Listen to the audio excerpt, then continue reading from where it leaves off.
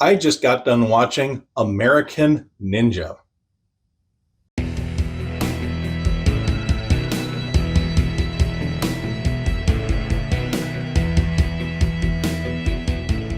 So this is one of the most bonkers 80s movies I've seen in a while. But before I get into the specific details of this, let me tell you just a quick little story. When I was a kid, I remember watching this. I think it was on HBO at my grandparents' place. I spent a lot of time at my grandparents when I was a kid. I was watching this movie on TV, and my grandpa walked by, and he said, "That is the worst fight sequence I've ever seen on a movie," and he kept walking.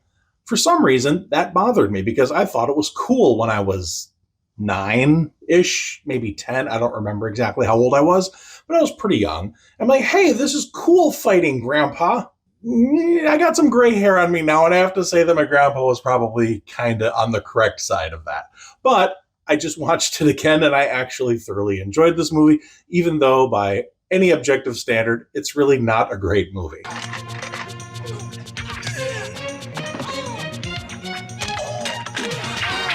How embarrassing. So let's talk about it a little bit. I'm not going to go into a detailed point-by-point review where I go over every little plot detail. If you want that, just watch the movie. I'm here to give you my quick impressions, having just finished watching it about an hour before I started recording this. As far as I can tell, the basic premise of the movie is that this guy is a new recruit to a military base. Apparently, it's in the Philippines. He isn't really social. He doesn't really interact with the people he's assigned with.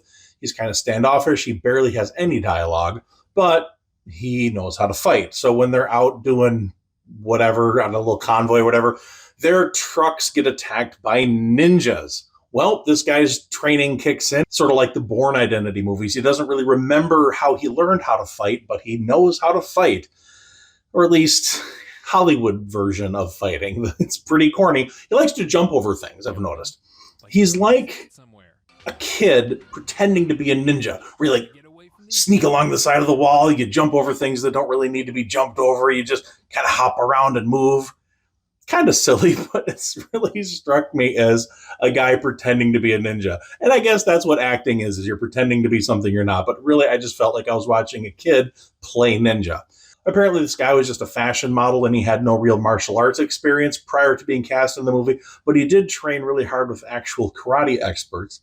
Karate isn't ninjutsu, but hey, whatever, it's martial arts. Who gives a He actually got a black belt in real life later on, so this really actually started him with the martial arts. But in this movie, he knows a few basic moves. Quick editing makes it look like he's better than he is. But really, the jumping over things, the just running around and sneaking against the wall, and then running over and sneaking against the other wall, and then hopping over something that doesn't need to be hopped over. It cracked me up every time. A good movie and a bad movie can have a very fine line between the two. You got to go into it with the right attitude. Expect it to be a corny 80s movie. Expect the music to just be awful.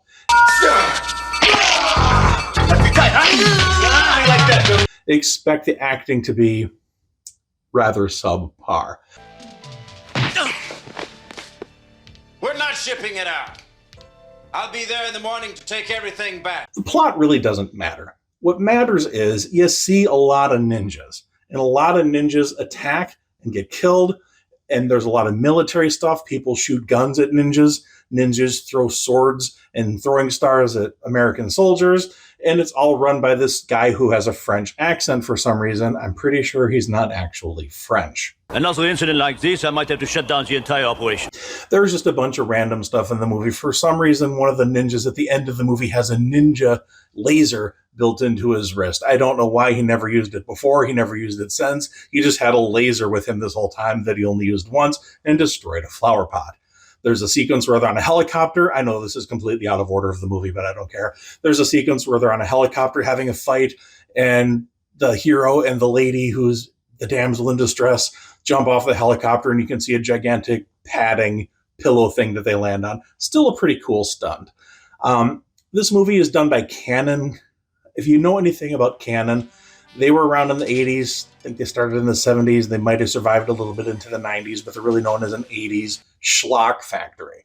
They made a lot of movies, and not many of them were good. They basically destroyed the Superman franchise for a while. With Superman 4, they got the rights to that somehow. They did a lot of action stuff that was cheap to film that they could throw out there and turn a quick buck. Apparently, Cobra is like the one big movie that they did that had Sylvester Stallone, but Cannon Films really is known for just schlock, but sometimes really, really entertaining schlock, and that's what this is. The plot almost doesn't matter. There's going to be a sequence where this American soldier is fighting lots and lots of ninjas, and that's exactly what the movie tries to be, and that's exactly what the movie delivers. So for that, I give it a thumbs up. As far as an actual movie that I would watch on purpose, probably not so much. I probably am going to watch American Ninja 2, 3, and 4. I don't know about 5. Apparently American Ninja 5 was filmed as another movie, and they just slapped the American Ninja title on it to profit off of this well-known ninja movie. How bad is your movie if you have to steal the American Ninja franchise? But anyway, I might just watch the first 4. Maybe I won't watch any of them. Maybe I'm lying. I don't know. But in my head right now, I'm planning to watch the next American Ninja movies.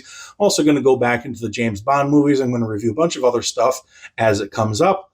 No real specific plan, but if you want to follow me and see what I do next, that would be very much appreciated. And also, if you want to support this channel, the best way to do that is to buy my books at Amazon.com. Death Siren is my latest novel. It has 0 ninjas in it, but there is violence, so, there's that.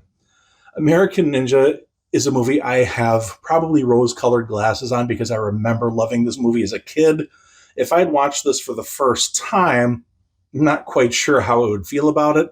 It's one of those so bad it's good movies.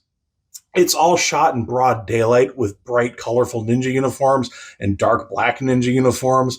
They're doing ninja training on what looks like a repurposed playground where instead of swings, they have these bags with spikes on them that the ninjas are kind of playing Frogger with. It's really silly, but it's really fun. I can't objectively tell you that it's a good movie, but I can tell you that my heart kind of warmed as I watched it. It was fun. It's just turn your brain off, enjoy ninjas from the 80s fun. And it accomplishes exactly that. Until next time, thanks for stopping by the Reaction Lounge channel.